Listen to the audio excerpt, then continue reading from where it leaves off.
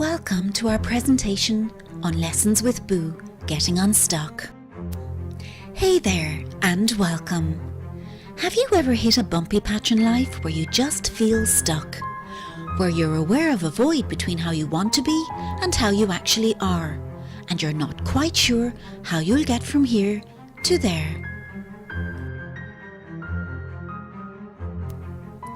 Stuckness, or impasse, can happen because we don't know how to move forward, we don't actually want to move forward, we are torn between consciously wanting to move forward and unconsciously not wanting to, or we are terrified of change. Let's share the story of Boo with you, who I think many of you may be able to relate to at some level. We all get caught in comfort zones and fear the idea of change and the unknown.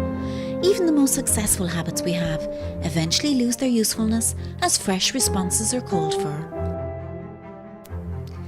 Many years ago, whilst holidaying in a Mediterranean country, we visited a mountain zoo where I met Boo, or so I called him, for the first time. The image of him sitting in his cage stayed with me long after I had left and travelled home.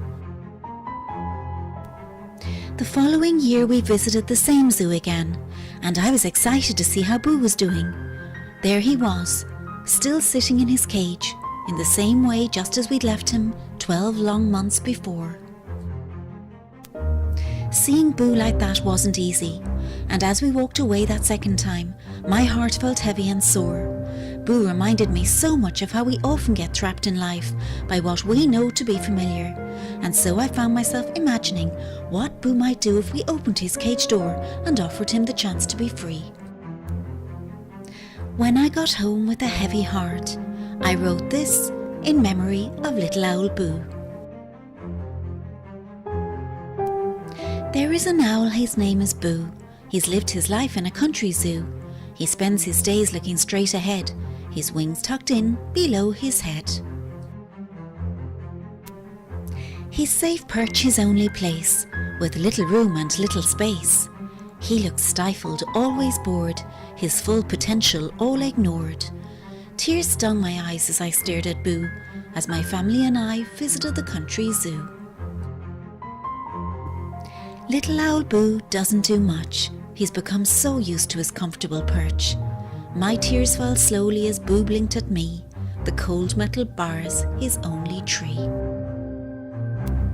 His clockwork feeding time and his view to the hut is all Boo knows in his daily rut. I thought of breaking the lock to set Boo free, knowing a world out there he'd love to see. What a magnificent creature Boo was meant to be. Though all caged up, he had no tree. A zoo prisoner since his birth, an entrance fee that's all Boo's worth. We cast our eyes all over him, and then move on without a whim. I feel queasy and so perturbed. I head on too to see the other birds, but Boo has moved me and my heart's a quiver. Though it's warm outside, I somehow shiver. In my mind's eye, I'm setting him free to be the fantastic bird Boo was meant to be.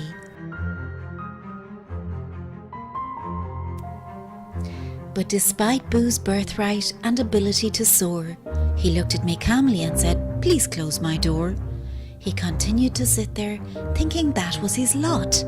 Not a clue, not a hint to the life he had lost.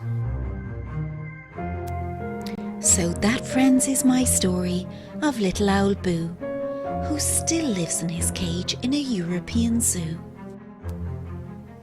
Oh dear, little owl Boo is like so many of us, afraid to chance doing what we've never done before, choosing to stay in our comfort zones and avoiding new and exciting experiences so we don't have to feel uncomfortable and out of sorts.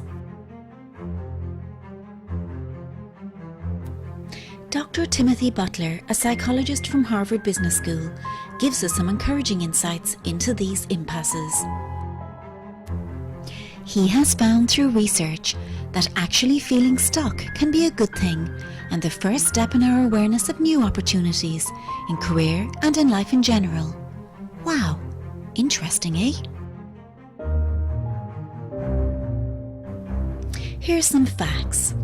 A psychological impasse or period of stuckness is developmentally necessary for human beings. While often first seen as a failure, psychological impasse is required for individuals to change their way of thinking about themselves and their role in the world. Dr. Butler describes a 6-phase process for recognizing and overcoming impasse, starting with feeling stuck and finally overcoming the impasse. Feelings of stuckness usually indicate that we need to change our whole approach to the problem we face. Phase 1 is the arrival of your crisis. It could happen over 24 hours or even over the period of a year. Phase 2 is a deepening of the crisis and feeling of emotional stuckness. Old doubts might emerge and the inner critic might get quite loud. Phase 3. We finally realise our old way of being isn't working for us anymore, and we begin to face the impasse with new eyes and new ears. Phase 4. We begin to be open to new types of information and we're forced to go deeper. Phase 5. We gain deepening insight into the patterns of self. This happens over time, where we start understanding more about what makes us tick, what we like and don't like, what we'll put up with and not. Phase 6 requires taking action to move us onwards. We schedule the meeting, we buy the new supplies, we put the practice up for sale, we hand in our notice, we do it. The sad thing about little Owl Boo is that he probably will spend the rest of his days sitting in that cage, not having any clue or inclination that he was made to soar. How awful is that? You, my friend, on the other hand, do not need to stay stuck in your rut. Change is possible. Open yourself to life's possibilities.